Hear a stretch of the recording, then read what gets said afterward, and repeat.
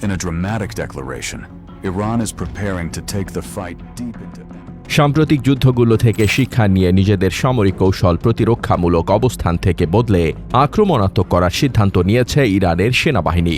ইরানি সেনাবাহিনীর মুখপাত্র brigadier general Mohammad আকরাম ইনিয়া জানান, দেশের 12 দিন ও 40 দিনের যুদ্ধ চলাকালে ধীরে ধীরে তাদের সামরিক কৌশলে এই পরিবর্তন এসেছে। তিনি জানান, যে কোনো আক্রমণের বিরুদ্ধে দ্রুত ও ব্যাপক পাল্টা জবাব দেওয়া এবং আগাম প্রতিরোধমূলক অভিযান পরিচালনা করাই এখন এই নতুন কৌশলের মূল লক্ষ্য। ভূখণ্ডে মার্কিন স্থল হামলার আশঙ্কা প্রকাশ করে আকরাম ইনিয়া বলেন, মার্কিন সেনাদের হত্যা বা বন্দী করার জন্য বিশেষ পুরস্কারের পরিকল্পনা হাতে নেওয়া হয়েছে।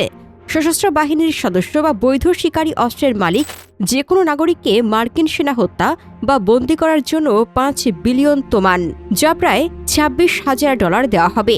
কোনো নারী এই কাজ সম্পন্ন করলে তাকে দ্বিগুণ অর্থাৎ 10 বিলিয়ন তোমান, প্রায় $53,000 পুরস্কৃত করা হবে।